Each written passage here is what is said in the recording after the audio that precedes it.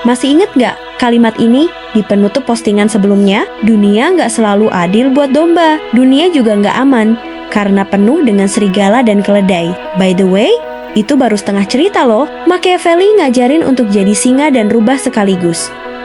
Tapi muncul pertanyaan yang jauh lebih penting. Gimana supaya populasi serigala, keledai, dan domba bisa berkurang? Gimana supaya populasi singa dan rubahlah yang bertambah? Kalau lo punya anak, lo itu ikut nentuin jawaban dari pertanyaan itu. Banyak orang menderita karena dimanipulasi, ditipu, dibully, difitnah, digibah, atau macam-macam dizalimi lainnya, gara-gara ulah para serigala. Sedihnya lagi, bukan lo yang melanggar, bukan lo yang bikin masalah.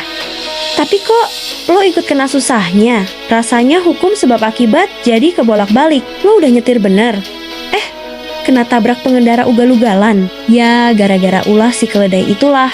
Pelaku penyebab penderitaan orang lain ini bukan tiba-tiba muncul sebagai serigala atau keledai loh. Korbannya yang terlalu naif dan lemah juga bukan tiba-tiba muncul sebagai domba. Gak ada yang lahir langsung jadi singa, jadi rubah, jadi serigala, jadi keledai, jadi domba. Mereka semua pernah jadi bayi, pernah jadi balita, pernah jadi remaja, pernah diasuh dengan cara tertentu. Jadi, siapa sih orang tuanya? Siapa sih gurunya? Gimana sih pola asuhnya? Kok bisa saat udah gede jadi serigala dan keledai yang jadi sumber bencana buat orang lain? Kok bisa saat udah gede jadi domba yang bikin kasihan?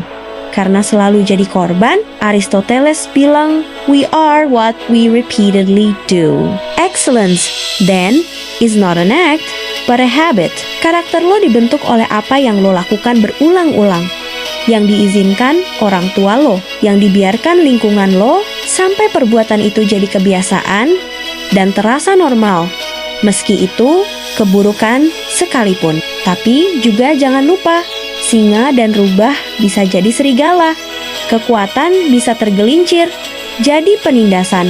Kecerdikan bisa tergelincir jadi manipulasi. Ternyata masalahnya bukan pada kuat atau cerdiknya. Masalahnya ada pada karakter yang mengendalikan keduanya, yang membatasi penggunaannya. Singa tanpa kompas moral bisa berubah menjadi serigala. Rubah tanpa disiplin bernalar bisa berubah menjadi keledai. Domba ngingetin tentang kenaifan dan kelemahan yang harus ditinggalkan. Serigala ngingetin tentang penyalahgunaan kekuatan yang harus dihentikan. Keledai ngingetin tentang kesombongan yang harus dihancurkan.